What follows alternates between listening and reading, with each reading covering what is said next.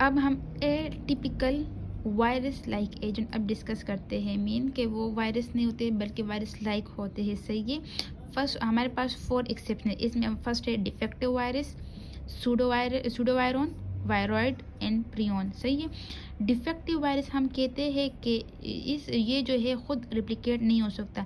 इसकी रिप्लिकेशन के लिए किस चीज़ की ज़रूरत होती है? हेल्पर वायरस की ज़रूरत होती है। सही है। इसकी कंपोजिशन सेम है एज जो है टिपिकल वायरस लाइक। हम यहाँ लिखा है कि virus are compose of virus nucleic acid and protein. के वायरस जो है वो न्यूक्लिक एसिड और प्रोटीन से बना होता है, लेकिन ये रिप्लिकेट नहीं हो सकता क्योंकि इसकी रिप्लिकेशन के लिए हेल्पर की ज़रूरत होती है।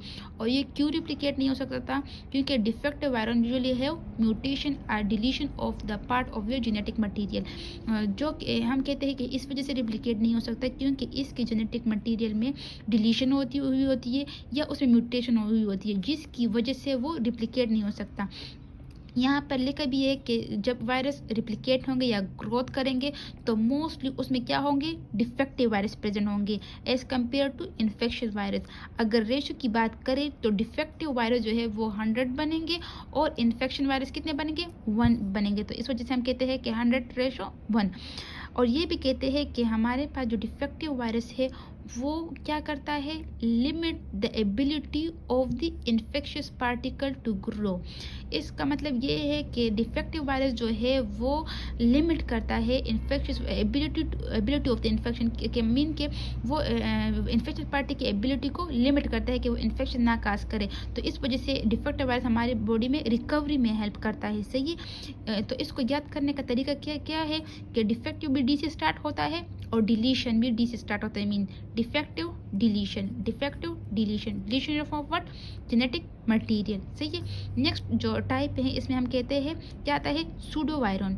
सूडोवायरन हम कहते हैं कि वो उसमें अगर उसकी कंपोजिशन की बात करें तो उसमें कैप्सिड भी होता है और जेनेटिक मटीरियल भी होता है, लेकिन जेनेटिक मटीरियल वायरल का अपना नहीं होता बल्कि होस्ट सेल डीएनए। मीन जो उसका जेनेटिक मटीरियल है वो होस्ट सेल डीएनए से बना होता है। सही है।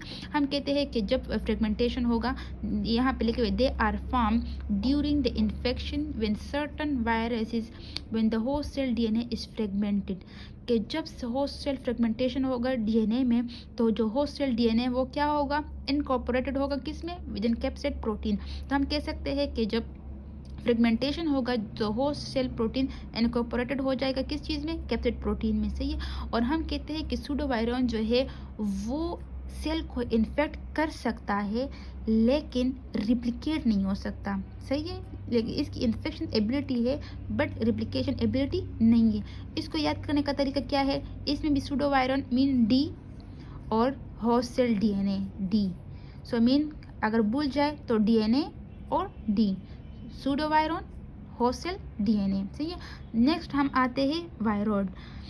ये हम कहते हैं कि ये क्या है?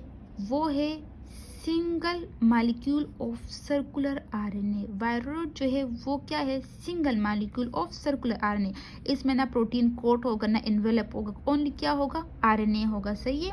और आरएनए इज क्वाइट स्मॉल, वो जो है उसका साइज में हम देखें तो वो स्मॉल होता है। सही है।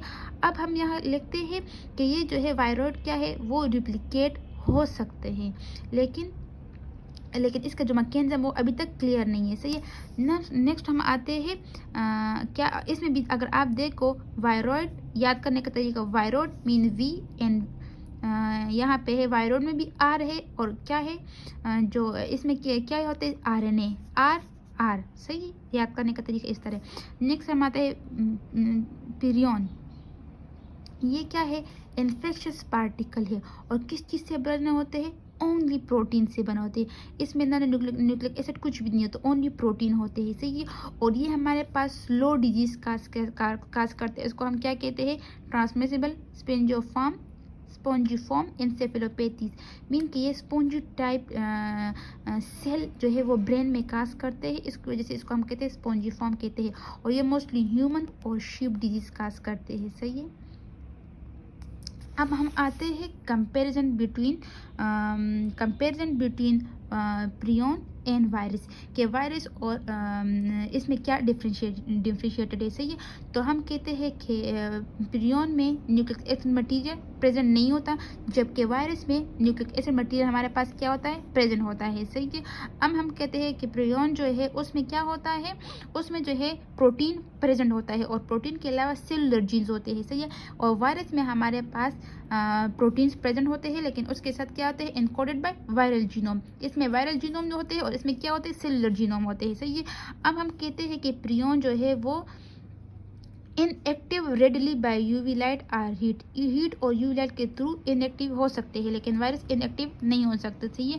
अगर हम इलेक्ट्रॉन माइक्रोस्कोप में अपेयरेंस देख रहे तो प्रियोन हमारे पास रोड शेप में अपेयर होगा, सही है, जबकि वायरस हमारे पास उसमें 2 टाइप ऑफ सिमेट्री हमें मिलेगी, आइकोसाहेड्रिकल सिमेट्री या हेलिकल सिमेट्री मिलेगी, सही है। नेक्स्ट में हम आते हैं कि प्रियोन जो है वो एंटीजेनिक इन नेचर नहीं है, हमारे इम्यून सिस्टम को इवोक नहीं कर सकते, जिसकी वजह से वो एंटीबॉडीज नहीं बनेंगे, जबकि वायरस में हम कहते हैं कि हमारा इम्यूनोजेनिक इन नेचर है। इम्यूनोजेनिक मीन कि हमारे सिस्टम को इवोक कर सकता है। जो वायरल प्रोटीन है ना सरफेस के ऊपर, वायरस जो प्रोटीन है वो इम्यूनोजेनिक इन नेचर होते हैं, सही है। तो इसके खिलाफ हमारी बॉडी में एंटीबॉडीज बनते हैं, सही है। नेक्स्ट और लास्ट में हम कहते हैं कि प्रियोन जो है वो इन्फ्लेमेशन काज नहीं करता, जबकि वायरस हमारे पास इन्फ्लेमेशन काज करता है, सही है। Thank you.